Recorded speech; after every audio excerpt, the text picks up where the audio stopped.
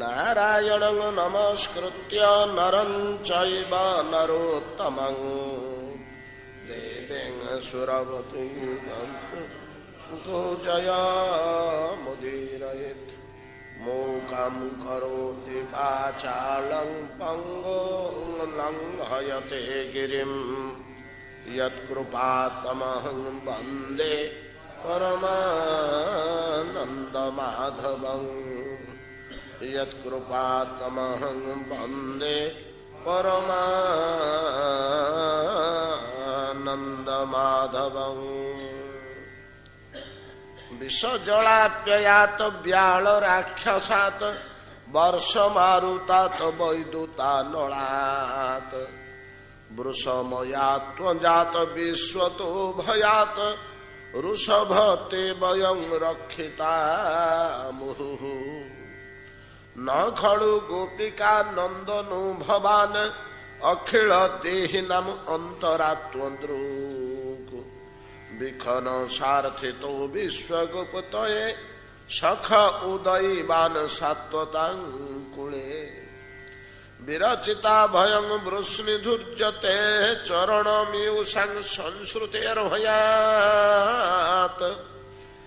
करसरोरुहं कान्तकामदं शिरसि देहिन श्रीकरग्रहम्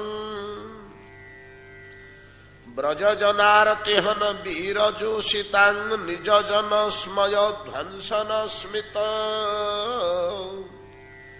भज सखे भवत किंकरी स्मन जलरुहाननं चारु दर्शय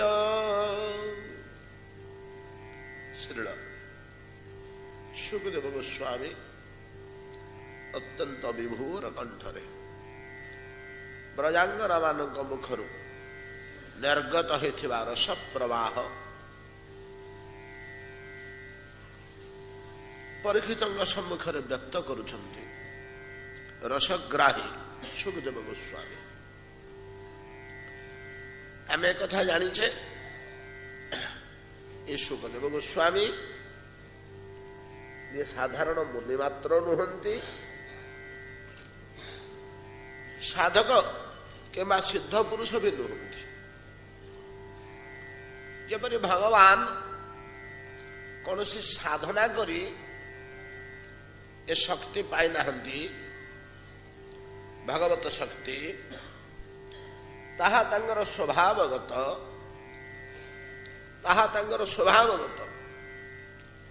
कौन से श्रम करी साधन करी से संग्रह करना कहीं ना संग्रहित पदार्थ जपरी धीरे धीरे धीरे धीरे संग्रहित होता है सेपरी व्यय हेले धीरे धीरे धीरे धीरे व्यय हो जाए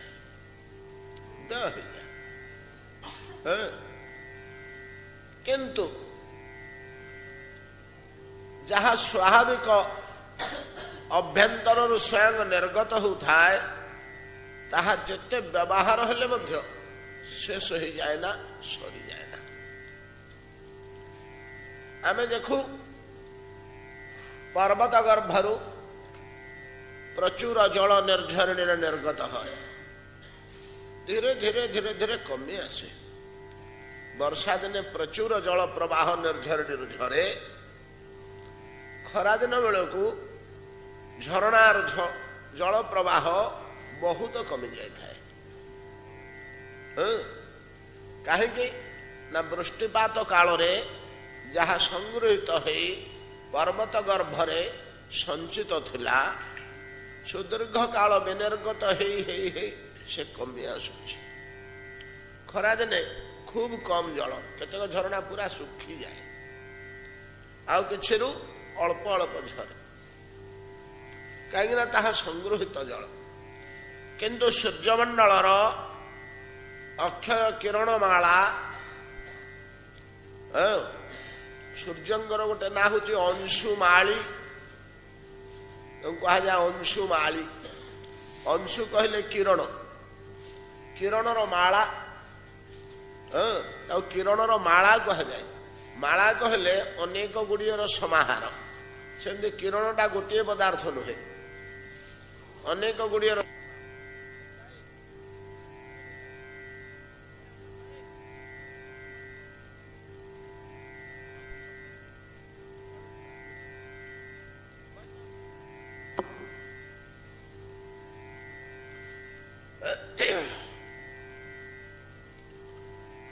तो अंशुमाली सूर्यंगर किरणमाला जेपरी निरंतर बेनर्गत होई मध्य केतेबेले हेले कमी जाउनी कि सरी जाउनी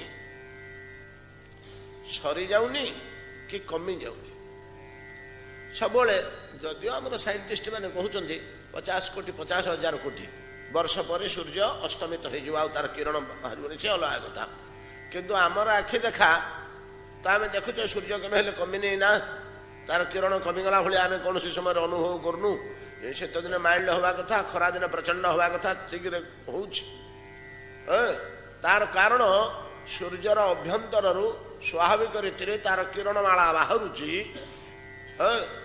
तो से कौटू संग्रह करनी आलोक भगवान जपरी कौटू शक्ति संग्रह करना सेपरी सूर्य मध्य कौटू किरण संग्रह करना एटी कहवा बाहुल्य जे सूर्य ही साक्षात श्री भगवान आम सम्मुखरे विश्वरे भगवानंकर प्रतीक होची सूर्य जेमती भगवान कोटि कोटि ब्रह्मांड को नियंत्रण करती सेमती सूर्य ए समस्त विश्व को नियंत्रण करुछंती नहीं कि सूर्य समस्त विश्व को नियंत्रण करुछंती जदि आम गभीर भाव में गवेषणा करवा सब गुड़िक सूर्यंक कालचक्र आवर्तन रे विश्वटा आवर्तित होची परा पंचम स्कंद स्पष्ट कर विस्तृत व्याख्या खगोल आ भूगोल दुईटा चैप्टर देते पंचम अध्याय भूगोल भूमंडल निर्माण कोठी कूटा अच्छी को द्वीप कौन केमती कोठी समुद्र कोठी पर्वत कोठी नदी डिटेल समग्र विश्व आम तो केवल माटी उपरे बहुथुआ जल स्रोत को जानुचे माटी तले बहुथुआ जल स्रोत को कौन आम जापर कि माटी तले बहुथुआ जल स्रोतर संबंध में आमर किसी ज्ञान नहीं एबे गोटे जना पड़ी कौन उपग्रह चित्र मार्क करुँच ब्रह्मपुत्र नदीटा माटी तले तले जाकि बंगोपसागर में पड़ी नहीं कि शुणुना कि आप तार चित्र बाहर था पेपर रे छविटा देते पूरा एवं जदि से जल राशि की खनन करा जाए खोलिक बाहर करा जाए केते शह वर्ष पर्यंत भारतर जल संकट दूर हो कहते अक्षय भंडार जलर माटी तले रही आ स्रोतटा जाकर बंगोपसागर में पड़ जाऊँगा माटी तले तले जाऊँगा माटी तले तले जाऊँसे भाया जल स्रोत जदि न था कि यहाँ मोर व्यक्तिगत जुक्ति से जिनटा पढ़ुला बेले एटा को सत्यबोध कली जे एड़े बड़ बक्ष मेले देकर समुद्र पड़ी केते एरिया रे सूर्य किरण पड़ुछि केते पानी इभापरेट हो जाउछि बाष्पीकरण हो जाउछि सेटा केमिति सुते कमुनी सुताए कमुनी केमिति पोखरी रो पानी तो एडिकिटे बक्ष तार जे 100 मीटर रे 100 मीटर होबो सेतिक रे दिन को फुटे पानी कमी कमी जाउछि खरा दिने नहीं कि पानीटा कमिवा निर्भर कर बक्ष उपरे ना गभीरता उपरे कि केते दूर प्रशस्त बक्ष तार रही केते अंश सूर्य किरण पड़ुछि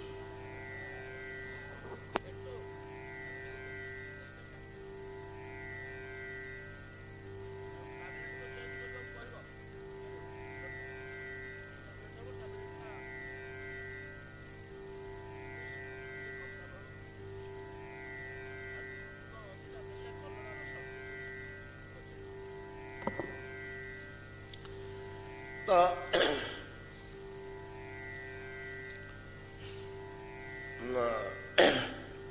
निम्न जल स्रोत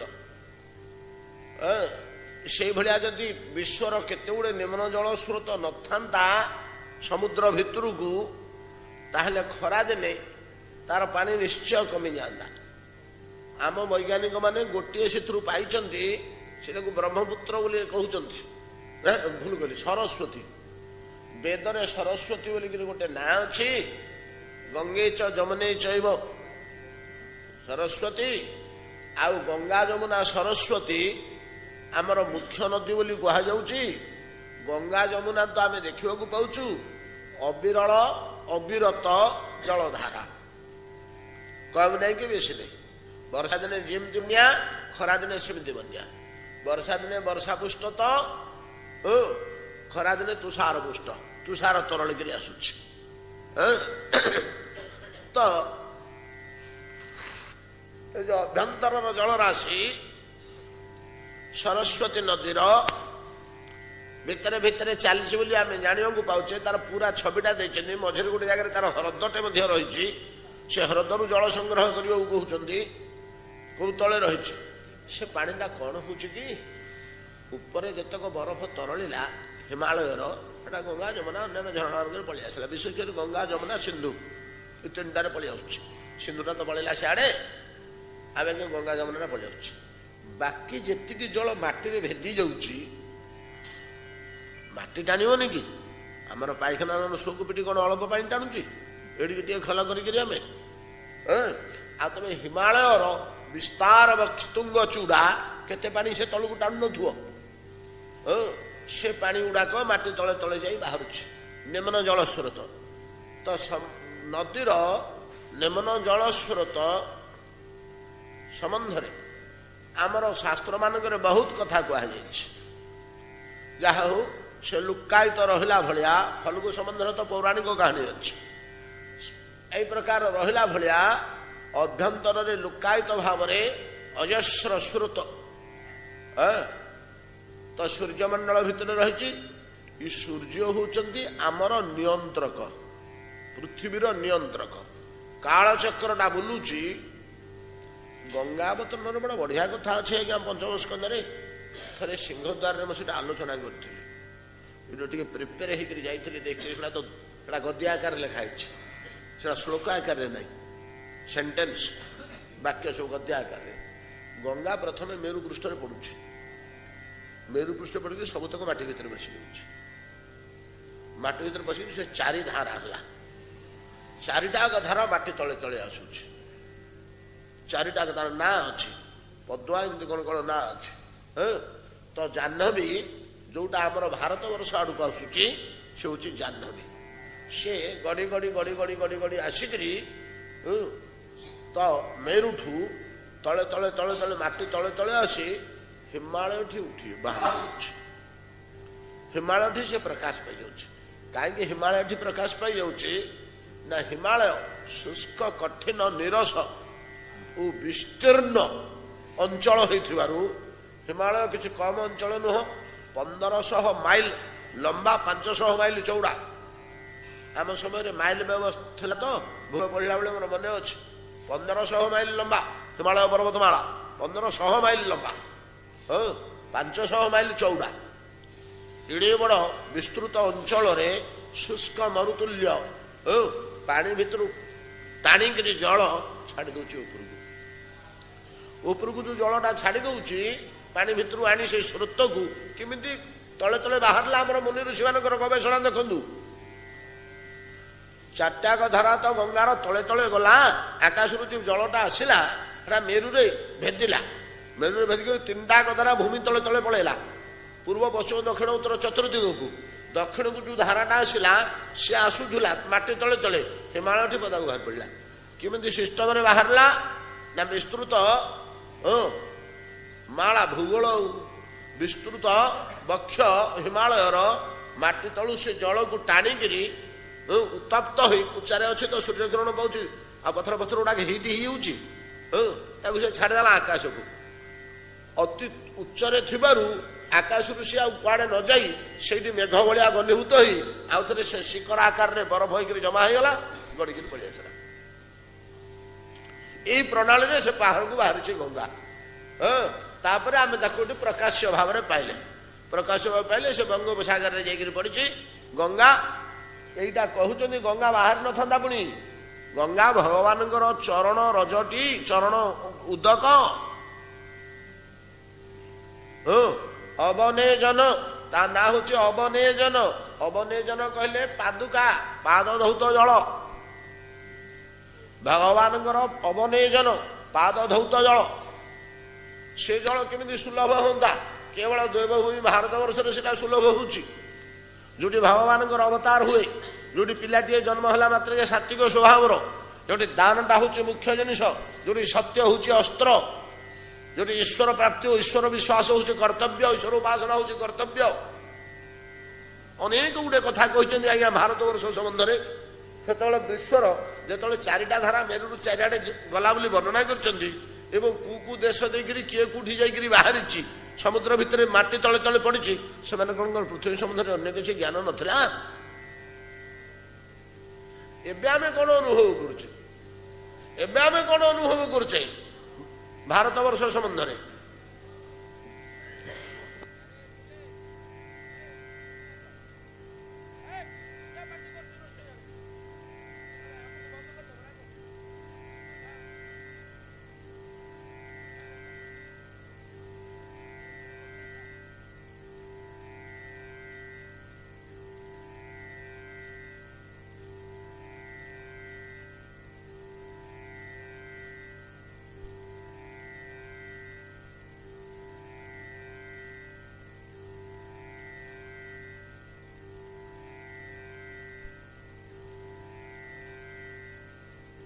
ଯାହା ହଉ, ଅତଏବ କାଳଚକ୍ରର ଘୂର୍ଣ୍ଣନରେ ବିଶ୍ୱର ସମସ୍ତ କାର୍ଯ୍ୟ ସଂଘଟିତ ହେଉଛି।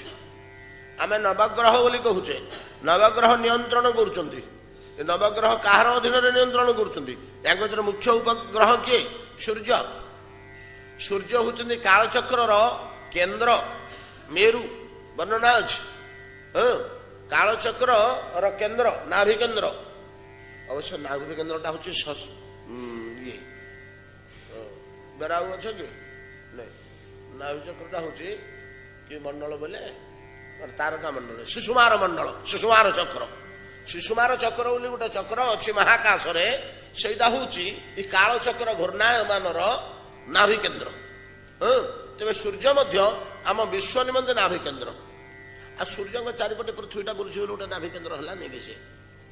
ଏଇ ପ୍ରକାର ଭାବରେ ଭଗବାନ, କାଳ ରୂପୀ ଭଗବାନ ହଉଛନ୍ତି ସୂର୍ଯ୍ୟ ଆମ ପାଇଁ। ଭଗବାନଙ୍କର ଶକ୍ତି ଯେମିତି ଅକ୍ଷୟ ଅବ୍ୟୟ ଅନନ୍ତ, ସୂର୍ଯ୍ୟଙ୍କର ଶକ୍ତି ମଧ୍ୟ ଦାହିକା ଓ ଆଲୋକ ଶକ୍ତି ଅକ୍ଷୟ ଅବ୍ୟୟ ଅନନ୍ତ ହେଇଛି। ଏତାଦୃଶ ଶକ୍ତିମାନ ଶ୍ରୀ ଭଗବାନ ଅନନ୍ତ ଶକ୍ତିରେ ପରିପୂର୍ଣ୍ଣ ଓ ସେଇ ଶକ୍ତି ନିରନ୍ତର ଅଚ୍ୟୁତ ଅକ୍ଷୟ ଅବ୍ୟୟ। ଏତାଦୃଶ ଭଗବାନଙ୍କୁ ବ୍ରଜାଙ୍ଗନା ମାନେ କି ରୂପରେ ପାଇଛନ୍ତି? ତାଙ୍କର ଏଇ ଭଗବତ୍ତା ଶକ୍ତି, ଏ ମହାନ ଶକ୍ତି, ଏ ସବୁ ଗୁଡାକ ପରେ ସେମାନଙ୍କର କିଛି ଜ୍ଞାନ ନାହିଁ। କେବଳ ଭଗବାନର ରୂପ ମାଧୁରୀରେ ସେମାନେ ତନ୍ମୟ। ଶାସ୍ତ୍ର ପୁରାଣ ମାନଙ୍କରେ କେଡ଼େ ସୁନ୍ଦର ସୁନ୍ଦର କଥା କୁହାଯାଇଛି। ମେଘ ଶ୍ୟାମ ନଳିନ ନୟନ କେ ପୁଚ୍ଛାବତଂସ ବଂଶୀ ପାଣି କନକ ବସନ ବୈଜୟନ୍ତୀ ନିବିତ। ନାଇଁ କି ମଧୁର ମନୋହର ରୂପର ବର୍ଣ୍ଣନା। ଏ ରୂପରେ ମୁଗ୍ଧ ବ୍ରଜବାଳାଗଣ ସେଇ କୃଷ୍ଣଙ୍କୁ ସେମାନେ ପାଇ ଯାଇଥିଲେ। କେମିତି ପାଇଥିଲେ? ଖାଲି ଦର୍ଶନ କରିବାକୁ ନାହିଁ, ଖାଲି ବେଶ ବିନ୍ୟାସ କରିବାର ନାହିଁ। ଦାସ ଭକ୍ତମାନେ ତ ବେଶ କରିଦଉଥିବେ। ଆମର ଜଗନ୍ନାଥଙ୍କୁ ଯେମିତି ବଳବାବୁ ପ୍ରଭୃତି ବେଶ କରୁଛନ୍ତି, ତାଙ୍କ ଶିକାରୀ ସମ୍ପ୍ରଦାୟ ବେଶ କରୁଛନ୍ତି। ଖାଲି ବେଶ କରିବା ନାହିଁ, ଖାଲି ବେଶ କରିବା ନାହିଁ, ଭୋଗ କରିବା। ଭଗବାନଙ୍କୁ ଆପଣାର କରିଦେଇଛନ୍ତି, ନିଜର କରିନେଇଛନ୍ତି। ଭଗବାନ ତାଙ୍କୁ ବ୍ୟାକୁଳ ହେଇକରି ଡାକୁଛନ୍ତି। ଏଇ ଯୋଉ ଲୀଳା ହଉଛି ତ ଏଇ ବିଚିତ୍ର ଲୀଳା, ରସମୟ ଲୀଳା। କିନ୍ତୁ ପ୍ରଥମେ ସୂତ୍ରପାତ ହେଲା କୋଉଠୁ? ନିଶମ୍ୟ ଗୀତମ ତଦନଙ୍ଗ ବର୍ଦ୍ଧନମ, ନୁହେଁ କି? ଗୋବିନ୍ଦ ବିଚାରନ୍ତି ମନେ ଆଜର ମିବା ବୃନ୍ଦାବନେ 16,000 ଗୋପନାରୀ ମୋତେ ବରିଲେ ତପ କରି ମୁଁ ତାଙ୍କ ପୁରାଇବି ଆସ ସେ ମୋର ଭଗତ ବିଶ୍ୱାସ। ଏଇଠୁ ଆରମ୍ଭ ନା। ପ୍ରକୃତରେ ଦେଇଛି କିଏ? ଏମାନଙ୍କୁ ସୁଖ ସାଗରର ସନ୍ଧାନ ଦେଇଛି କି ସେ ଦେଇଛନ୍ତି। ବର୍ତ୍ତମାନ ଆଜି ସେଇ ମଧୁରାତି ମଧୁର ମାଧୁର୍ଯ୍ୟ ସାଗରକୁ ହରେଇ ବ୍ରଜାଙ୍ଗନା ମାନେ ଯେତେବେଳେ ଖୋଜୁଛନ୍ତି ଏବଂ ଯେତେବେଳେ ବର ମାଗିବା ସମୟ ଆସି ପହଞ୍ଚିଛି, ତାଙ୍କ ଅନ୍ତରରେ ଯେଉଁ ଭାବ ଲୁଚିକିରି ରହିଛି ସେଇ ଭାବକୁ ସେମାନେ ବ୍ୟକ୍ତ କରିଦେଉଛନ୍ତି। ଆମକୁ ଯଦି କୌଣସି ଠାକୁର ବର ଯାଚନ୍ତି, ଜଗନ୍ନାଥ ମନ୍ଦିରକୁ ଆମେ ଯାଇଥିଲେ ମୁଣ୍ଡିଆ ମାରୁଛେ, ଟିକେ ଆବେଗମୟ ପ୍ରାଣରେ ଯାଉନେ, ହଠାତ୍ ଜଗନ୍ନାଥଙ୍କ ପାଖକୁ ଯାଇଛେ, ଜଗନ୍ନାଥଙ୍କ ପାଟିରୁ ଗୋଟେ ଶବ୍ଦ, ଆରେ କଣ ବର ମାଗୁଛୁ ମାଗରେ, ମୁଁ ତ ଉପରେ ସନ୍ତୁଷ୍ଟ। ଶୁଭିଗଲା ଆମ କାନକୁ, ପାଟି ପାଖୁ ପାଖୁ ହଉଛୁ, ଜଗନ୍ନାଥ କହୁଛନ୍ତି। ଆମେ କଣ ମାଗିବା? ଆମ ଅନ୍ତରର ଅନ୍ତିମ ବାସନାଟା ମାଗିଦବା ନା, ଆଉ ନୁହେଁ କି? 2 ଟଙ୍କା ଦିଅ ଆଜ୍ଞା ବୋଲି କହିବା। ଆମ ଅନ୍ତରର ଯାହାର ଯୋଉ ବାସନା ରହିଛି, ଯାହାର ଯୋଉ ରୁଚି ରହିଛି, ତଦ୍ରୂପ ବ୍ରଜାଙ୍ଗନା ମାନଙ୍କର ଅନ୍ତଃକରଣ ଭିତରେ ଯେଉଁ ରୁଚି ରହିଛି, ଯେଉଁ ଆବେଗ ରହିଛି, ଯେଉଁ ଅଭାବ ବୋଧ ରହିଛି, ସେ ଜିନିଷଟି ସେମାନେ ମାଗୁଛନ୍ତି। କିନ୍ତୁ ମାଗିବା ଜିନିଷ ଭିତରେ ସେମାନଙ୍କର ଟିକେ ପରସ୍ପର ଆଲୋଚନା ଭିତରେ ଟିକେ ଫରକ ଅଛି। କଣ ଫରକ ଅଛି? କଣ ଫରକ ଅଛି? ତ ଜଣେ କହିଲେ ଶିରସିଦ୍ଧେହୀନ ଶ୍ରୀକର ଗ୍ରହମ୍, ଆଉ ଜଣେ କହିଲେ ଜରୁହାନନ ଚାରୁ ଦର୍ଶୟ। ତୁମର ସେଇ ସ୍ମିତ ଶୋଭିତ ହସ ହସ ମୁହଁଟି ଦେଖାଅ, ସେତିକିରେ ଆମର ସନ୍ତୋଷ। ସେଉଠି ଯଦି ଦେଖୁଥିବୁ ନିରନ୍ତର, ଆମର ହୃଦୟ ପରିପୂର୍ଣ୍ଣ।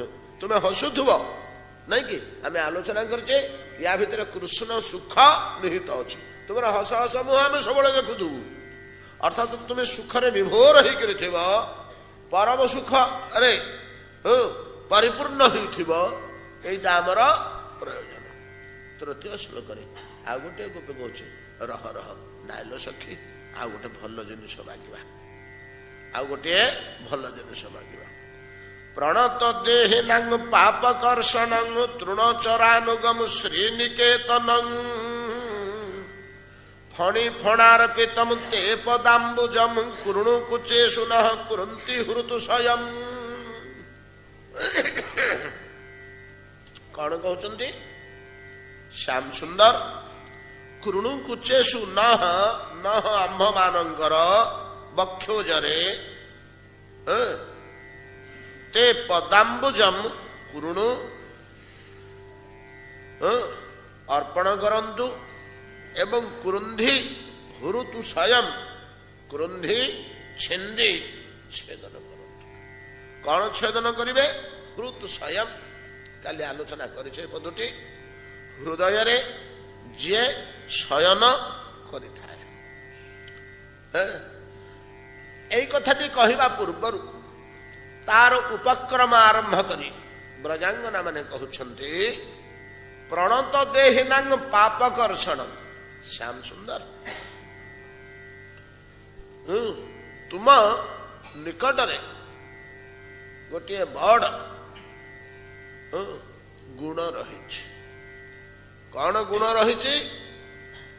ନା ଯିଏ ଆପଣଙ୍କ ଆଗରେ ମୁଣ୍ଡ ନୁଆଇଁ ଦେଲା, ପ୍ରଣତ ହେଇଗଲା, ପ୍ରଣତ ଦେହିନାଂ, ଦେହି ଶରୀରଧାରୀ, ସେ ମନୁଷ୍ୟ ହଉ କି ଦେବତା ହଉ କି ପଶୁପକ୍ଷୀ କୀଟ ପତଙ୍ଗ ହଉ କିମ୍ବା ଯକ୍ଷ ରାକ୍ଷସ ହଉ, ଯିଏ ଆପଣଙ୍କ ଆଗରେ ପ୍ରଣତ ହେଇଗଲା, ନାଇଁ କି, ନମ୍ର ହେଇଗଲା, ପ୍ରଣାମ କରି ପକେଇଲା, ପ୍ରଣତ ପ୍ରଣାମ ଯୁକ୍ତ, ଦଣ୍ଡ ପ୍ରଣାମ କଲା କି ସାଷ୍ଟାଙ୍ଗ ପ୍ରଣାମ କଲା, ନାଇଁ କି, ପ୍ରଣାମ କରି ପକେଇଲା, ପ୍ରଥମେ ସେ ପ୍ରଣାମ କରିକି ଉଠିଲା ବେଳକୁ ସେ ଅନୁଭବ କରିବ ଯେ ତାର ଗୋଟେ ଜିନିଷ ତା ଭିତରୁ ଖାଲି ହେଇଗଲା। ତାକୁ ଉଶ୍ୱାସ ଲାଗିବ, ଫାଙ୍କା ଫାଙ୍କା ଲାଗିବ। ପକେଟରୁ ଆମର ଓଜନିଆ ଥିଲା, କିଛି ବାହାରିକିରି ପଳେଇଲେ ଯେମିତି ପକେଟଟା ଫାଙ୍କା ଫାଙ୍କା ଉଶ୍ୱାସିଆ ଲାଗେ, ସେମିତି ତା ଦେହ ଭିତରୁ, ତା ମନ ଭିତରୁ, ତା ହୃଦୟ ଭିତରୁ କିଛି ଜିନିଷ ପଳେଇଗଲା। କଣ ଗୁଡା ପଳେଇଗଲା? ପାପ ଗୁଡା ପଳେଇଗଲା। କୌଣସି ଜୀବ ଯଦି ଆପଣଙ୍କ ଆଗରେ ମୁଣ୍ଡ ନୁଆଇ ଦେଲା, ପ୍ରଣତ ହେଇଗଲା, ଏଠି କହୁଛନ୍ତି ପାପ କର୍ଷଣ, ପାପ ହାରକ ନୁହଁ କି ପାପ ନାଶକ ଶବ୍ଦ ପ୍ରୟୋଗ କରୁନାହାନ୍ତି, ପାପ କର୍ଷଣ। ସେ ପ୍ରଣାମଟିଏ କଲା କ୍ଷଣି ସେ ତାର ବ୍ୟସ୍ତ ହେଇକିରି ମୁଣ୍ଡିଆ ମାରୁଛି, ଆପଣ ତା ଭିତରୁ କେମିତି କଣ ଢଙ୍ଗରେ କର୍ଷଣ ଶୋଷଣ କରି ଆଣୁଛନ୍ତି। ଭଗବାନଙ୍କ ଆଗରେ ଆମେ ଯଦି ପ୍ରଣାମଟିଏ କରିଦବା, ସେ ସାଷ୍ଟାଙ୍ଗ ହଉ ଦଣ୍ଡବତ ହଉ, ନାଇଁ କି ଦଣ୍ଡବତ ପ୍ରଣାମଟା ସିଧା ଭୂମି ଉପରେ ଶୋଇପଡ଼ିବା।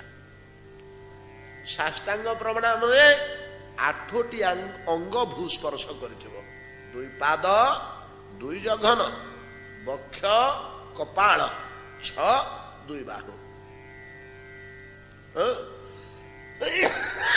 ସାଷ୍ଟାଙ୍ଗ ଅଷ୍ଟାଙ୍ଗ ପ୍ରଣାମ ବା ସାଷ୍ଟାଙ୍ଗ ପ୍ରଣାମ କହନ୍ତି। ଦଣ୍ଡବତ ପ୍ରଣାମ ସିଧାସଳଖ, କିନ୍ତୁ ଦଣ୍ଡବତ ପ୍ରଣାମଟା ଅଲଗା ଜିନିଷ ଟିକେ। ଦଣ୍ଡବତ ବୋଇଲେ ଆମେ କହୁଛେ ଠେଙ୍ଗାଟେ ଯେମିତି ବଢେ, ଦଣ୍ଡ କହିଲେ ଠେଙ୍ଗା, ତାର ଆଉ ଗୋଟିଏ ସୁନ୍ଦର ଅର୍ଥ କରିଛନ୍ତି।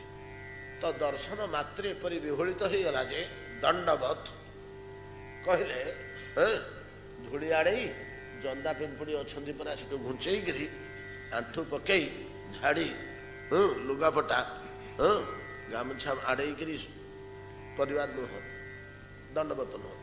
ଦଣ୍ଡ କହିଲେ ବାଡ଼ିଟିଏ ଧରିଛେ, ଆମେ ହାତରେ ଧରିଛେ, ଏମିତି ଥୁଆ ହେଇଛି, ହାତରୁ ଛାଡ଼ିଦେଲେ ସେ ଦଣ୍ଡଟା ଯେମିତି ପଡୁଛି, ସ୍ଥାନ ସ୍ଥାନ ଅବସ୍ଥା ପରିସ୍ଥିତି ବିଚାର କରିପାରୁନି, ସେଇଭଳିଆ ଯେତେବେଳେ ଜୀବ ଭଗବାନଙ୍କ ପାଖରେ ପଡ଼ିଯାଏ, ଜାଣିପାରେ ନା ଏଇଟା କୋଉଠି ଦେଖିବାକୁ ମିଳେ, କେବଳ ଶ୍ରୀମନ ମହାପ୍ରଭୁଙ୍କ ଜୀବନରେ। ନିରନ୍ତର ନିତ୍ୟାନନ୍ଦ ପ୍ରଭୁ ବିଶାଳ କାୟ ଏଇଥିପାଇଁ ପାଖରେ ଥିବେ, ଜଗିକିରି ରହିଥିବେ। ଯେତେବେଳେ ବିମୋହିତ ହେଇଯାନ୍ତି ମହାପ୍ରଭୁ, ସେତେବେଳେ ଏଇଭଳିଆ ପଡନ୍ତି।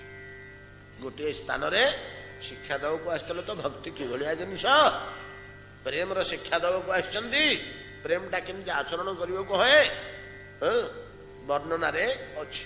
ଆଉ କୋଉଠି କେମିତି ମଧ୍ୟ ରହିଛି। ମୂର୍ଚ୍ଛିତ ଅବସ୍ଥାରେ ଆମେ କଣ କହୁଛୁ ସାଧାରଣ ଭାଷାରେ, ଓ ଲୋକଟା ଗଛ କାଟିଲା ପରି ପଡିଗଲା, ହଉ ନାଇଁ କି, ଗଛଟେ ତାର ମୂଳ ହାଣିଦେଲେ ସେ ଯେମିତି ପଡିଯାଏ ସିଧା, ଆତ୍ମଚିନ୍ତନ କରେ ନା, ଠିକ ସେଇଭଳିଆ ଭଗବାନଙ୍କ ପାଖରେ ବିମୋହିତ ଅବସ୍ଥାରେ, ବିମୁଗ୍ଧ ଅବସ୍ଥାରେ, ଆତ୍ମଜ୍ଞାନ ବାହ୍ୟ ଜ୍ଞାନ ଶୂନ୍ୟ ଅବସ୍ଥାରେ ପଡିଯିବାକୁ ଦଣ୍ଡବତ ପ୍ରଣାମ କହନ୍ତି। ସେ ଦଣ୍ଡବତ ପ୍ରଣାମ ହଉ କି ସାଷ୍ଟାଙ୍ଗ ପ୍ରଣାମ ହଉ କି କରଯୋଡ଼ ପ୍ରଣାମ ହଉ, ଖାଲି ହାତ ଯୋଡ଼ିରେ ମଧ୍ୟ ପ୍ରଣାମ। କାହିଁକି ନା ବାହୁ ଉତ୍ତୋଳନ, ଯେମିତି ଆମର ହରିବୋଲ ବୋଲିକିନା ଆମେ ଯେତେବେଳେ ବାହୁ ଟେକି ଦଉଛେ, ବାହୁ ଟେକିଦେଲେ ଏଇଟା ହିଁ ଆମର ଯାଇନାହିଁ କି ସୈନ୍ୟ ବିଭାଗକୁ, ଆଉ ଚୋର ତସ୍କର ଶତ୍ରୁ ସୈନ୍ୟମାନଙ୍କୁ ଦେଖିଲେ ଏପଟେ ଜିତିବା ସୈନ୍ୟମାନେ କହିବେ ହ୍ୟାଣ୍ଡସ୍ ଅପ୍, ଅସ୍ତ୍ର ଶସ୍ତ୍ର ଥୋଇ ଦେଇକିରି ହାତ ଦିଟାକୁ ଉଠେଇବେ, ହାତ ଦିଟା ଥୋଇକିରି ଆସିବେ ପାଖକୁ, ଆସିଲା ପରେ ସରେଣ୍ଡର କଲା ପର୍ଯ୍ୟନ୍ତ। ସେମିତିକା ଏଇଥିରୁ ହିଁ ଯାଇଛି। ଏଇଟା ଆମର ପ୍ରାଚୀନ ବ୍ୟବସ୍ଥା ଅଛି, ସ୍ୱତଃ ଏଟା ସ୍ୱାଭାବିକ, ଏଇଟା ଚିନ୍ତା କେହି କରିନାହାନ୍ତି। ବାହୁ ଉତ୍ତୋଳନ କରିଦେବା ମାନେ ଜଣେ ଲୋକ ନିର୍ଭର କରିଦେଲା, ଶରଣାଗତ ହେଇଗଲା, ବାହୁ ଉତ୍ତୋଳନ। ତ ଠିକ ସେଇ ପ୍ରକାର କରଯୋଡ଼ ଏମିତିକା ହାତକୁ ଯୋଡ଼ିଦେଲେ ଇଏ ମଧ୍ୟ ପ୍ରଣାମ। ଏଭଳିଆ ତ୍ରିବିଧ ପ୍ରଣାମ ଅଛି। ଆଉ ଗୋଟିଏ ପ୍ରଣାମ ଆଜିକାଲି ଚଳୁଛି, ସେଟା ଆମର ଶାସ୍ତ୍ରରେ ଗ୍ରହଣ ହଉନି। ମୋଟର ସାଇକେଲରେ ପଳଉଛେ, ସିଂହଦ୍ୱାର ପାର ହେଇଗଲା ବେଳକୁ ପତିତପାବନ ଚାହୁଁଛନ୍ତି, ପତିତପାବନ ବସିଛନ୍ତି କଣ ପଳେଇବା, ହାତରେ ଅଧା ସିଗାରେଟଟେ ଅଛି, ଏମିତି ଟିକେ ଉଠେଇଦେଲେ ଇଏ ଗୋଟେ ପ୍ରଣାମ ମଧ୍ୟ ଆଜିକାଲି ଚଳୁଛି ସମାଜରେ, କୋଉଠି କେମିତି ଦେଖିବାକୁ ମିଳୁଛି। ପୂଜ୍ୟ ଲୋକଙ୍କୁ ଦେଖିଲେ ଏଭଳିଆ ପ୍ରଣାମ ହଉଛି।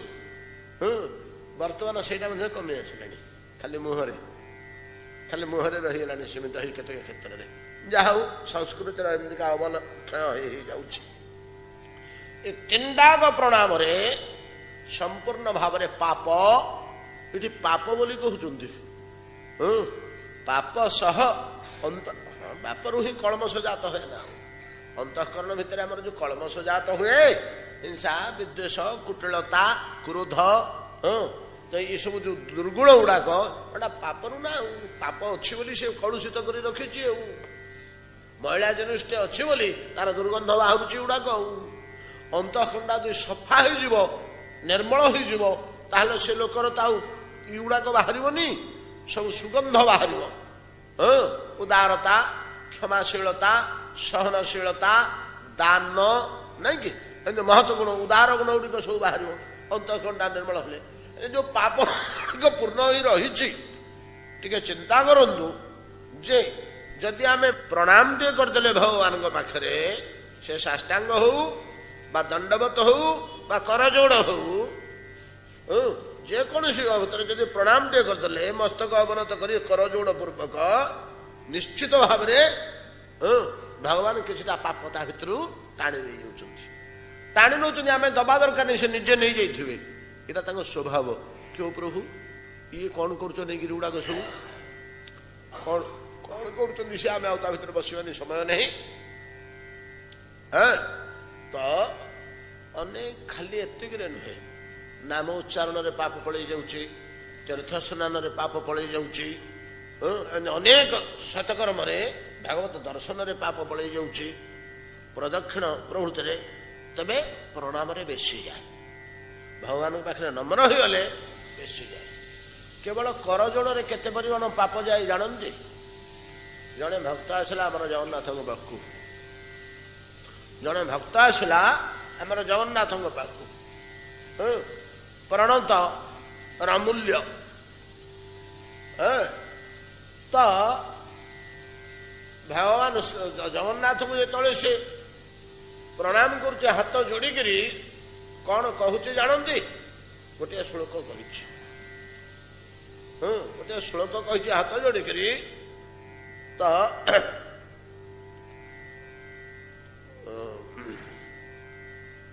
ବରଯୁଗମ୍ କରଯୁଗେ ନମାମ୍ୟହಂ କ୍ଷମୟ କ୍ଷମୟ ନାଥ ନ ତୁ ନମିତୁମ୍ ଅର୍ହସି ଅପରାଧ ବରଯୁଗମ୍ କରଯୁଗେ ନମାମ୍ୟହಂ ହେ ନାଥ ଅପରାଧ ବରଯୁଗମ୍ କରଯୁଗେ ନମାମ୍ୟହಂ କରଯୁଗ ଯୁଗଳ କରକୁ ଯୋଡ଼ ପୂର୍ବକ ଯୋଡ଼ ଯୁଗ କର ଯୋଡ଼ ପୂର୍ବକ ଅହଂ ନମାମି ଆପଣଙ୍କୁ ନମସ୍କାର କରୁଛି ଦି ହାତ କାହିଁ ଯୋଡ଼ିଲେ କି ମୁଁ ମଧ୍ୟ ଗୋଟେ ହାତ ଉଠେଇ ଦେଇଥାନ୍ତି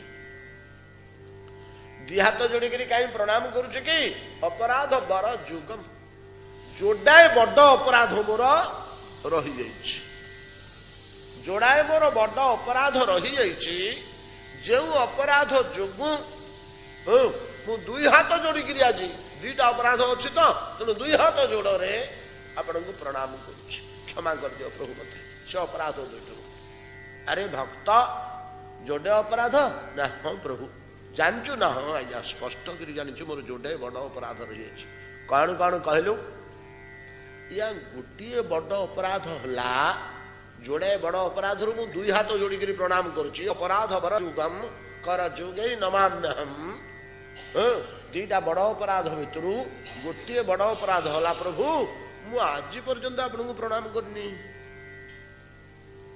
ଏଇଟା ମୋର ପ୍ରଥମ ପ୍ରଣାମ ଆଜି ପର୍ଯ୍ୟନ୍ତ ମୁଁ ଆପଣଙ୍କୁ ପ୍ରଣାମ କରିନି ଏଇଟା ମୋର ପ୍ରଥମ ପ୍ରଣାମ ଇଏ ହେଲା ଗୋଟିଏ ଅପରାଧ ମଣିଷଟେ ହେଇଛୁ ଏତେ କାଳ ବିତେଇଲୁଣି ଆଜି ପର୍ଯ୍ୟନ୍ତ ଠାକୁରଙ୍କୁ ପ୍ରଣାମଟା କରୁନି କରିତ ପାରିନି ଆଜ୍ଞା ଆଉ ଆଜି କରୁଛି ଆଉ ବୋଲି ସେ ଭକ୍ତ ଜଗନ୍ନାଥଙ୍କ ଆଗରେ କହୁଛି ଆଚ୍ଛା ଠିକ ଅଛି ହଉ ଆଜି ପର୍ଯ୍ୟନ୍ତ ପ୍ରଣାମ କରିନୁ ଗୋଟିଏ ଅପରାଧ ହେଲା ଆଉ ଦୁଇ ନମ୍ବର ଅପରାଧଟା କଣ ରେ ଯୋଡ଼େ ବୋଲି କହୁଥିଲୁ ନା ହଁ ଆଜ୍ଞା ଆଉ ଗୋଟେ ଦ୍ୱିତୀୟ ଅପରାଧ ସେଟା ତ ଆଠୁ ଆହୁରି ବଡ କଣ ସେଇଟା ନା ଆଜ୍ଞା ଆଜି ଯେ ମୁଁ ଆପଣଙ୍କୁ ପ୍ରଣାମ କଲି ଆଉ ଭବିଷ୍ୟତରେ କରିବିନି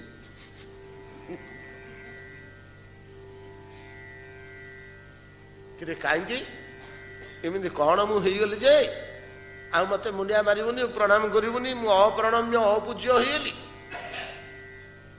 ନା ଆଜ୍ଞା ସେମିତି ତ ହଉଛି କଣ ହଉଛି ଆଜି ପର୍ଯ୍ୟନ୍ତ ପ୍ରଣାମ କରିନୁ ଆଉ ଭବିଷ୍ୟତରେ ପ୍ରଣାମ କରିବୁନି ଠିକ ଅଛି ଆଜି ପର୍ଯ୍ୟନ୍ତ କାହିଁକି କରିନୁ, ମୂର୍ଖ ଥିଲୁ, ଅଧମ ଥିଲୁ, କିଏ ବତେଇ ନଥିଲେ, ଶିଖେଇ ନଥିଲେ, ଛାଡ଼ିଦେ, ମୁଁ କ୍ଷମା କରିଦେବି ସିନା, ଭବିଷ୍ୟତକୁ କରିବୁନି ବୋଲେ ତୋର ଦମ୍ଭ ଅଛି, ଦର୍ପ ଅଛି, ମୁଁ ଆଗରେ କହୁଛୁ ଆଉ ଆଗକୁ ପ୍ରଣାମ କରିବୁନି ବୋଲେ, ନାଇଁ ପ୍ରଭୁ ଆପଣ ଚିଡୁଛନ୍ତି କାହିଁକି, ଆପଣ ଶୁଣୁନାହାନ୍ତି କଥାଟା, ନା କଣ ଶୁଣିବି, ନା ମୁଁ ଆଉ ଥିବି ଯେ ପ୍ରଣାମ କରିବି ଆପଣଙ୍କୁ, କାହିଁ କୁଆଡେ ଯିବୁ, କୁଆଡେ ଯିବି ଆପଣ ଜାଣିପାରୁନାହାନ୍ତି, ଗୋଟିଏ ପ୍ରଣାମ ଆପଣଙ୍କୁ କଲେ ଜୀବ ସିଧାସଳଖ ମୁଖ୍ୟ ଲାଭ କରି ବୈକୁଣ୍ଠକୁ ଯାଏ।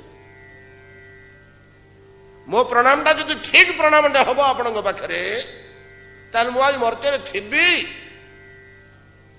ଯେହେତୁ ସମସ୍ତ ପାପ ରାଧା ଆପଣ କର୍ଷଣ କରି ନେଇଯାଆନ୍ତି, ଜୀବଟା ଯେତେବେଳେ ନିର୍ମଳ ହେଇଗଲା ତାର ସ୍ୱସ୍ଥାନକୁ ତ ପଳେଇବ, ସେ ମହିଳା ବଳି ହେଇଛି ବୋଲି ସିନା ମର୍ତ୍ତ୍ୟକୁ ଆସିଛି। ଯଦି ସ୍ୱସ୍ୱରୂପ ଆତ୍ମସ୍ୱରୂପ ବ୍ରହ୍ମସ୍ୱରୂପ ହେଇଯିବ, ଆମେ ବ୍ରହ୍ମସ୍ୱରୂପ କହିଲେ ବ୍ରହ୍ମସ୍ୱରୂପ ଯିବ ହେଇପାରେ ନା, ତେବେ ବ୍ରହ୍ମସ୍ୱରୂପ କହିଲେ ଆମେ ଯାହା ବୁଝୁଛେ ସମାଜରେ ତ ଆମର ଚଳୁଛି ଏଇଟା। ଯଦି ଆତ୍ମସ୍ୱରୂପ ହେଇଯାଏ, ନିର୍ମଳ ସ୍ୱରୂପ ହେଇଯାଏ, ସ୍ୱସ୍ୱରୂପ ହେଇଯାଏ, ତାର ପାର୍ଥିବ ଦେହ ରହିବ କି? ସେ କାହିଁକି ପାର୍ଥିବ ଦେହଟା ରହିଛି କି? ଏ ଦେହଟାର ନାଁ କଣ? ଭୋଗ ଦେହ। আর কতকাল এ দুঃখ ভুঞ্জিব, ভোগ দেহ নাহি যায়। ଆଉ କେତେ କାଳ ଭୋଗିବି? ଭୋଗ ଦେହ ଯାଉନି। ଭୋଗ ଦେହ ଭୋଗିବାକୁ, ଦୁଃଖ ଆଉ ସୁଖ ଦିଟା ଜିନିଷ, ଭୋଗିବାକୁ ଦେହଟା ଆମକୁ ଦିଆହେଇଛି। କାହିଁକି ଦେହଟା ଗୋଟେ ମେସିନ, ଆମର ସ୍ୱକର୍ମ ଫଳଟାକୁ ୟା ମାଧ୍ୟମରେ ଭୋଗ କରାହବ। ଏଇଟା ଦୁଃଖ ଭୋଗି ଜାଣେ, ସୁଖ ଭୋଗି ଜାଣେ, ସେଇଭଳିଆ ଏଇଟା ତିଆରି ହେଇଛି। ଆକୁ ଚିମୁଟିଲେ କାଟିବ, ଚନ୍ଦନ ବୋଳିଲେ ଶୀତଳ ଲାଗିବ, ନାଇଁ କି? ସୁଖ ଦୁଃଖ ଭୋଗ କରିବା ବ୍ୟବସ୍ଥାରେ ଦେହଟାକୁ ନିର୍ମାଣ କରାହେଇଛି। ଏବଂ କାହିଁକି ଏ ଦେହଟା ଆମକୁ ଦିଆହେଇଛି? ନା ଆମର ପୂର୍ବ ଜନ୍ମ ମାନଙ୍କର କୃତ କର୍ମଫଳ ଭୋଗ କରିଦେବା ନିମନ୍ତେ ଏ ଦେହଟା ଦିଆହେଇଛି। ଭଲ ମନ୍ଦ ଉଭୟ କର୍ମ ଭୋଗ କରିଛା ସହ୍ୟ। ଆମେ ଅବଶ୍ୟ ନୂଆ କର୍ମ କରି ପକଉଛୁ ବୋଲି ସେଟା ରହିଯାଉଛି। ତେଣୁ ଦେହର ନାଁ ହଉଛି ଭୋଗ ଶରୀର। ସ୍ୱକର୍ମ ଫଳ ଭୋଗ କରିବା ନିମନ୍ତେ ଏ ଦେହଟା ସେଇ ଟେକ୍ନିକରେ ତିଆରି ହେଇଛି, ସେଇ ପର୍ପଜରେ ତିଆରି ହେଇଛି। ତେଣୁ ଭୋଗ ଦେହ। ଆପଣ ଯଦି ସବୁତକ ମୋର କଳମସ ଟାଣିଦେବେ ପ୍ରଭୁ, ଆକର୍ଷଣ କରିଦେବେ, ଆଉ ଦେହଟା କଣ ଦରକାର ମୋର? ଆଉ ଦେହଟା ତ ରହିବନି। ଦେହଟା ନ ରହିଲେ ତ ମୋ ବୈକୁଣ୍ଠଗାମୀ ହେଇଗଲି, ଆଉ କଣ ଆଉ ଥିବି ଯେ ଆପଣଙ୍କୁ ଦଣ୍ଡବତ କରିବି? ତେଣୁ ଭବିଷ୍ୟତରେ ମଧ୍ୟ ଆପଣଙ୍କୁ ଆଉ ମୋର ପ୍ରଣାମ କରିବାର ନାହିଁ। କିରେ ଏମିତି କି କଥା କହୁଛୁ ରେ, ମତେ ଏମିତି ନମସ୍କାର କରିଦେଲି ଏକାଥରେ ତୁ ବୈକୁଣ୍ଠ ପଳେଇବୁ ନା? ପଳେଇବିନି ଆଜ୍ଞା। ମୁନି ଋଷିମାନେ କଣ ମିଛ କହୁଛନ୍ତି? ଏକୋପି କୃଷ୍ଣସ୍ୟ କୃତଂ ପ୍ରଣାମମ୍ ଦଶାଶ୍ୱମେଧ ଅବଭୃତ ସ୍ନାନମ୍ ଦଶାଶ୍ୱମେଧି ପୁନରେତି ଜନ୍ମମ୍ କୃଷ୍ଣ ପ୍ରଣାମୀ ଅପୁନର୍ଭବାୟ। ଏ ବାକ୍ୟ କଣ ମିଥ୍ୟା ପ୍ରଭୁ? ମନୁଷ୍ୟମାନେ ମିଛ ଲେଖିଛନ୍ତି। ଯଦି ହୃଦୟର ଆବେଗ ସହ ସମ୍ପୂର୍ଣ୍ଣ ସମର୍ପଣ ସହ ଗୋଟିଏ ପ୍ରଣାମ କରାଯାଏ ଭଗବାନଙ୍କ ଚରଣାରବିନ୍ଦରେ, ଏକ ଅପି ଲଗେଇଲେ ଦୁଇର ସମ୍ଭାବନା ନାହିଁ, ଆବଶ୍ୟକତା ନାହିଁ। ଏକୋପି କୃଷ୍ଣ କୃତଂ ପ୍ରଣାମମ୍, 10ଟା ଅଶ୍ୱମେଧ ଯଜ୍ଞର ଯେଉଁ ଫଳ ଭଗବାନଙ୍କ ପାଖରେ ଗୋଟିଏ ପ୍ରଣାମ, ଭକ୍ତିପୂତ ପ୍ରଣାମର ସେଇ ଫଳ। ପୁଣି ଆଉ ଥରେ ମୁନି କହୁଛନ୍ତି ଭୁଲ ହେଇଗଲା ରେ ବିଚାର। ଆଜ୍ଞା କଣ ଭୁଲ ହେଲା? ଦଶାଶ୍ୱମେଧି ପୁନରେତି ଜନ୍ମ, ଫଳଟା ସମାନ ହେଲେ ମଧ୍ୟ 10ଟା ଅଶ୍ୱମେଧ କରିଥିବା ଲୋକ ତ ଆଉ ଥରେ ଜନ୍ମ ହବ। କୃଷ୍ଣ ପ୍ରଣାମୀ କିନ୍ତୁ ଆଉ ଜନ୍ମ ହବନି ମର୍ତ୍ତ୍ୟରେ। ଦଶାଶ୍ୱମେଧି ପୁନରେତି ଜନ୍ମ ଏତି ପ୍ରାପ୍ତ ହୁଏ ପାଏ, କୃଷ୍ଣ ପ୍ରଣାମୀ ଅପୁନର୍ଭବାୟ। ଆଉ ତାର ପୁନର୍ଭବ ନାହିଁ, ପୁନର୍ଜନ୍ମ ନାହିଁ ଯେ କୃଷ୍ଣଙ୍କୁ ପ୍ରଣାମ କଲା। ଏ ବାକ୍ୟ ସତ୍ୟଟି ପ୍ରଭୁ ନା ମିଥ୍ୟା କହୁନାହାନ୍ତି? ଆପଣଙ୍କ ଶାସ୍ତ୍ର ମିଥ୍ୟା କି ସନାତନ ଶାସ୍ତ୍ର? ନାଇଁ ରେ ମିଛ ବୋଲି କେମିତି କହିଦେବି? ଶାସ୍ତ୍ର ଗୁଡାକ ମିଛ ବୋଲି ମୁଁ କହିପାରିବି? ଶାସ୍ତ୍ର ଗୁଡା ଠିକ। ଯଦି ଠିକ ମୋ ପ୍ରଣାମଟା ଯଦି ଠିକ ହେଇଗଲା ଆପଣଙ୍କ ପାଖରେ, ଆଉ ମତେ ଭବିଷ୍ୟତରେ ପ୍ରଣାମ କରିବାକୁ ଚାନ୍ସ ମିଳିବ? ଜଗନ୍ନାଥ ସତ କଥା ଯେ, ହେଲେ ଏମିତି ହଉଛି କି ପ୍ରାକ୍ଟିକାଲି? ତା ସିନା ଥିଓରିଟା।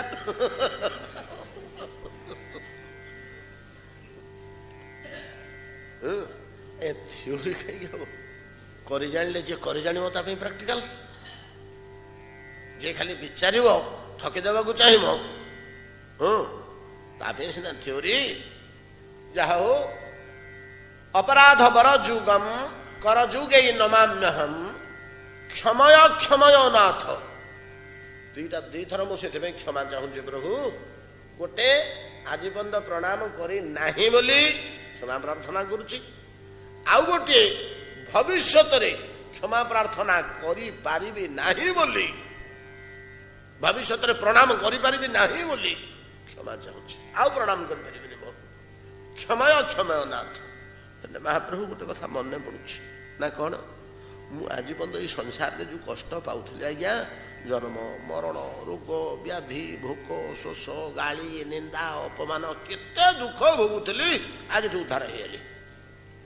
मुझे उद्धार हो आपन को प्रणाम करदे, जो मैंने संसार में दुख भोगुंट प्रति मो अंतर समवेदना जात हो प्रभु। आपण प्रति मो प्रति कौन समवेदना जात हो, आपने भी सेमती देहटे धरिक बसिक बड़ अवस्था होती आज्ञा।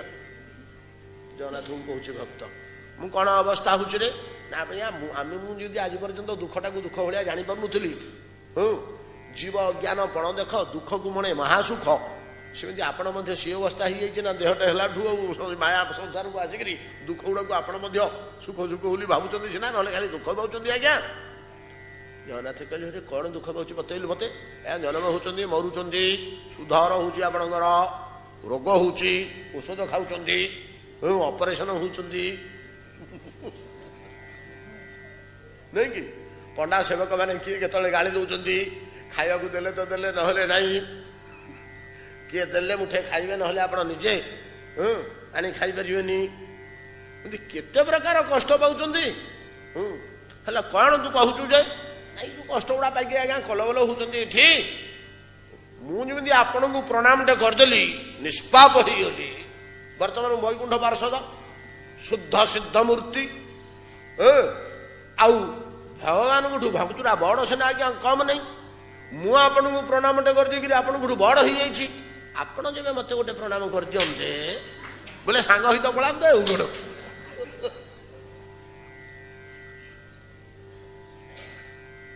मुझे आपन को हाथ जोड़ प्रणाम टे करदेली मुक्त हो गली। आपण गोटे अधिक शक्तिशाली होगली, मु आपण तो कम शक्तिशाली, तेणु आपण को प्रणाम करके मु मुक्त हो गली अधिक शक्तिशाली मत प्रणाम करके कहीं मुक्त होनी आउ तो शीघ्र हो मत गोटे सेकेंड लगला आप तो हाफ सेकेंड रे मुक्त हेले कौन हम बड़ दुखर कथा। क्षमय क्षमय नाथ न तू नमी तुम अर्हसी, मोर सीना हाथ जोड़े थिला बोली कि नमस्कार करदेली, आपण तो हाथ भात किछि नहीं, केमी आप नमस्कार करेंगे मत हो आप था मुझे प्रणत देहिनांग पाप कर्षणम इत्यादि वाक्य गुड़िक भितर ग्रहण करंतु जे भगवान केमती जीवर पाप कर्षण करती। केवल प्रणाम टे करदे प्रणत देहिनांग अन्य सेवा उपासना कथा छाड़ू आज्ञा, खाली जे प्रणत ही गला मुंड नुआईदेला मनुष्यटा कांदी पकेला प्रभु हे मु आपणकर।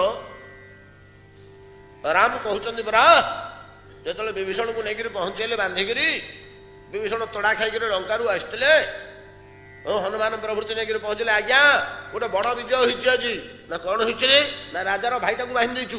राजार भाई कौन कम कथा कि राजार भाईटा माने फाड़ेटी राजार लंका अधे विजय कला भाया गौरव तार सैन्य टी सामंत टी सेनापति सी अलग कथा, साक्षात राजार भाईटा को बंदी करचु। खाली आप कहला क्षण मुंड काट करू मस्तक छेदन करू कौन है घटना ना एमती घटना कुआड़े किमिति आसला आज्ञा आमको भूत हो बोलूँ रामकर शरणागत होगा आसी शरणागत होगा आसी एमती कहूँ कौन तुम सब कह विचार कल मंत्री मैंने बस पड़े मंत्री मैंने बस पड़े जाम्बवान अंगद सुग्रीव विभीषण नल नील समस्ते बस पड़े समस्ते विचार कले आखि बुझिक निर्मम भाव मुंडटा को काटिदबा बोले डरवे से युद्ध नीति तो या बंदी कर रखा साहस बढ़ी या मारिदबा निर्मम भाव बोले से भय कंपे बोले जहाँ पाँच मारी दौरान प्राण नहीं कि गोटे साइकोलोजिकल इफेक्ट तो कौन युद्ध नीति अनुसार मैंने कहले राम कहले से कथा हम नहीं रे से परा कही त्राहे मांग शरणागत ना हो आज्ञा 1000 थर कही ना 1000 कथा छाड़ हनुमान केवल जाम्बवान बाटी फिटू ना तो कहते तबास्मृति च जाचते एक बार सकृदपि प्रपन्नाय रामायण वाक्य एटा वाल्मीकि रामायण सकृदपि प्रपन्नाय तबास्मृति च जाचते अभयं सर्वभूतेभ्यो ददामि इतत व्रतं मम राम बाहु तोलन कहते हनुमान एटा मोर व्रत क्या मारिदेबू रे मोर व्रत एटा प्रभु कि व्रत ना जे थरुटे कहीदेला प्रभु मु आपणकर शरणापन्न ताको कौन सी जीवा जगतर जम भम कहीं किसी करें से मोर हो मुझे रक्षा करी चुप ही गले सकृत अर्थात थरुटे यथेष्ट अंतःकरण कहवा दरकार तो मठे शुणी कहीदेवी जे तो गला भगवान मत सबुठी बचुथे जीव कड़े मुझे थर कहीदे नहीं कि आईन रे पकेले चलनी भाव रे पकेवा दरकार भाव सहित सकृत विप्रपन्नाय तबास्मृति च जाचते जो लोक मो आखिरे जाचज्ञा करदेला जे तब अस्मि हे प्रभु मु तमर एतिके जे कहीदेला गोटे थर सकृत विप्रपन्नाय तबास्मृति च जाता गुरुदेव या समीक्षा कर बहुत गुड़े लेखा कहते गोटे लोक जदि भूल होकर कहीदेला निशा बाउला कहीदेला तार अंतर भावना नहीं ठक्यो भगवान को कम लगेब तार सुरक्षा बोली कहीदेला फल मिल ना नहीं कहीं वाक्य तो सेमती किसी ना जे मन दे प्राण दे भक्ति सहकारे आवेग सहकारे उत्कंठारे कहब बोली तेणु भूल बाटर बाहरी पड़े यथा तथा कर बाहरी पड़े भगवान ताकू सुरक्षा देवा बाध्य किंतु बड़ सुंदर समीक्षा कर विपद आसला बेले तार वाक्यटा स्मरण हवा दरकार जो विपद पलि आदि तार स्मरण है मु भगवान को कहीदे थे मु आपणकर बोली यहीटा जब तार विपद समय मन पड़ से थे कहीदेला मंदिर में तबास्मृति प्रभु मु आपणकर हे प्रभु मत रक्षा करुव सबुठू छमास पलैला गोटे विदेश जाइए गोटे विपद पड़गला चोर की रखे दो तार जो मन पड़ जो कही से प्रभु कर रख मो पाखे आपन को एटा जो स्मरण हो भगवान रक्षा करने को बाध्य बड़ सुंदर भाव में मीमांसा कर दर्शन शास्त्र को धरिक सब नाना विध दे विद्वान परम विद्वान से माने जहा देखु प्रणत देहिना पाप दर्शन मनुष्यटे जदि भगवान आगे नम्र हो होशियार यहाँ आम आलोचनार वस्तु नुहे मनुष्य जदि भगवान का उग्र हो जाठू जतक पाप नहीं थे सब तक तार भर भर्ती करदे होशियार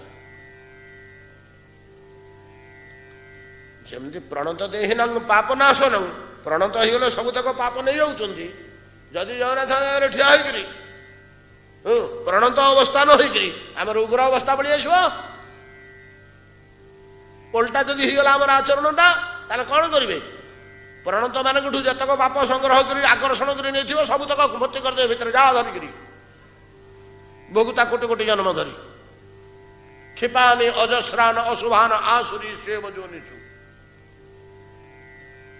ताठू आम बेसी उग्र हो पारे कि अतएव भगवान पाखे नम्रता प्रणिपत्यता केते दूर उपयोगी केते दूर आवश्यकता आमर जीवन निर्वाह पे ग्रहण करूँ सम्मत टी बाहर को जावाक अच्छी 5-7 मिनट डेरी होगा एतिक भागवत आज विश्राम करूँ ये श्लोक वैशिष्ट्य पर आलोचना करें भजनिता गौर राधे श्याम।